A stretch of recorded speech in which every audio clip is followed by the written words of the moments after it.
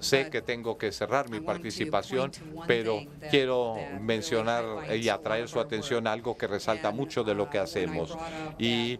cuando les mencioné que nuestra esperanza es que algún día utilicemos a la comunidad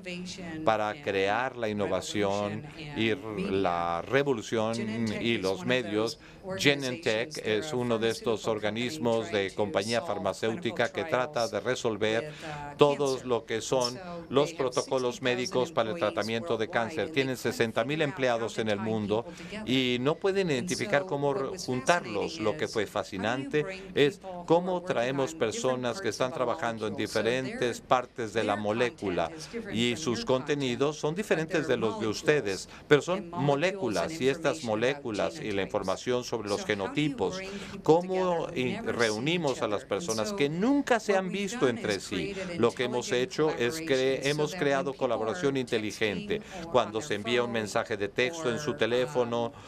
o bien están creando blogs o contenidos o plataformas en sus chats, estamos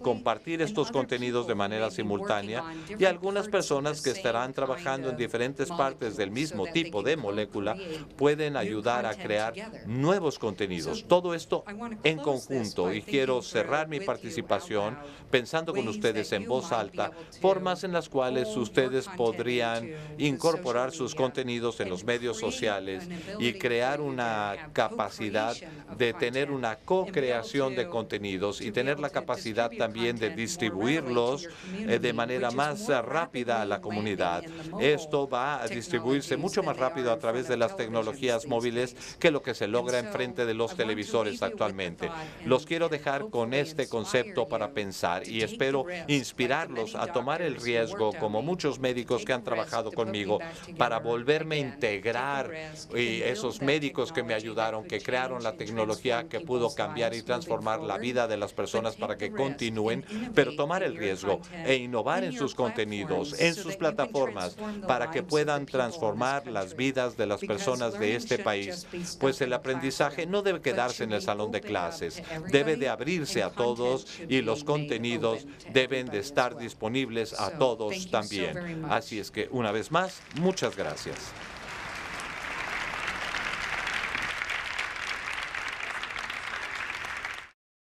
Qué conferencia de Ramona Pearson, muy interesante sobre estas nuevas tecnologías que en un principio, sin dejar de ser interesante, parecía difícil encontrar cuál era la forma en la que iba a conectar con la televisión pública, la idea de televisión pública, que es el motivo de este encuentro internacional, puesto que Ramona primero nos cuenta un motivo personal, por qué ella se convierte en una importante y destacada persona que trabaja en las neurociencias, y es por una coyuntura física, un accidente que le deja gran parte de su cuerpo destrozado, muchas de sus habilidades y facultades como la vista, el habla,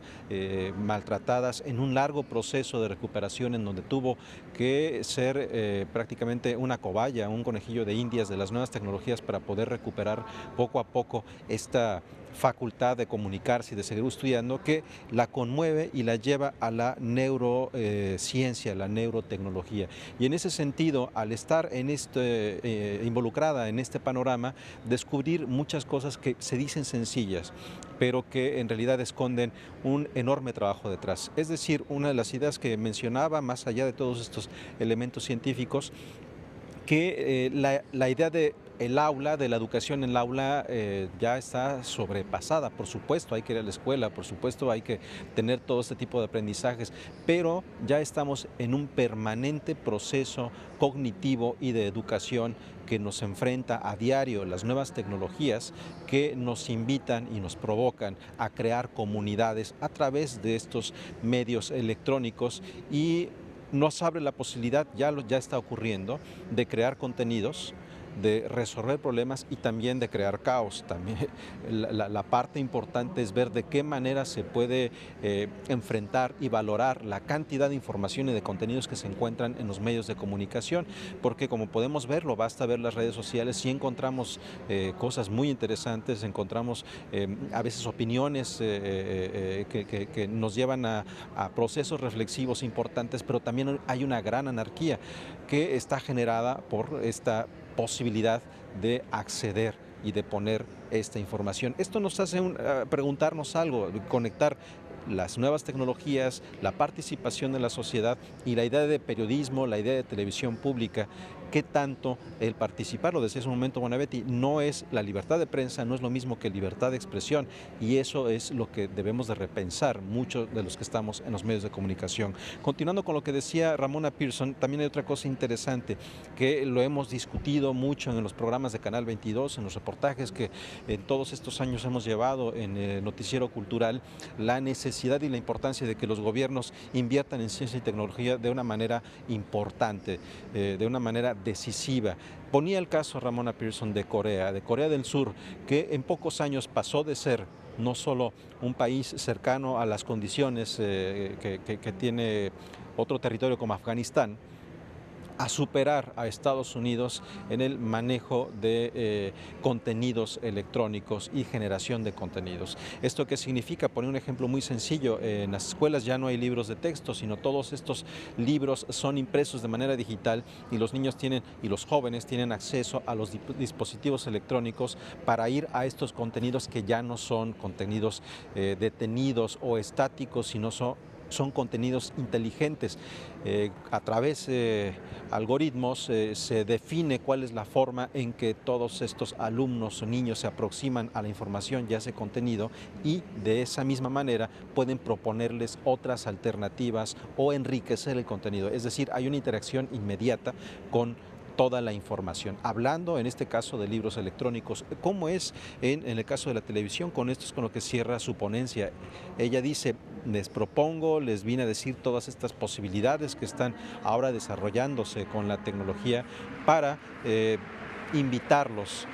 seducirlos a pensar de qué manera los contenidos de televisión pueden estar vinculados con las redes sociales, con la comunicación electrónica, enriquecerse, vincularse y permitir que la gente esté todavía más conectada con lo que hacemos o los contenidos de televisión. Nada más recalcar que, por ejemplo, en una de las mesas del día de ayer, en la mesa inaugural, en donde participaron diferentes personas de Estados Unidos y de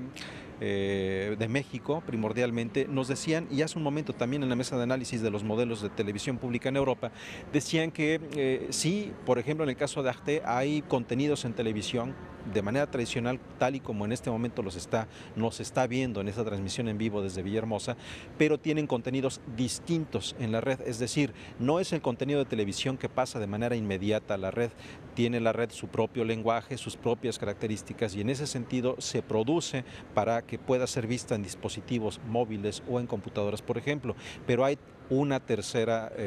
ruta de trabajo, por así decirlo. Por un lado tenemos el material que sale en pantalla, la pantalla tradicional de televisión. Por otro lado, el material definido específicamente para aparatos móviles, y la tercera línea, que es un tipo de material audiovisual que lo mismo pueda ser compartido y visualizado en una pantalla de televisión y en un dispositivo móvil. Eso es lo que está haciendo, por ejemplo, Arte en este momento. Es una de las televisoras más importantes de Europa. Es un canal alemán, franco-alemán, que también tiene uno de los mayores presupuestos del mundo. Esto es algo de lo que nos ha dejado la reflexión y la mesa, nuevas plataformas tecnológicas para el desarrollo del conocimiento, que dio Ramona Pearson.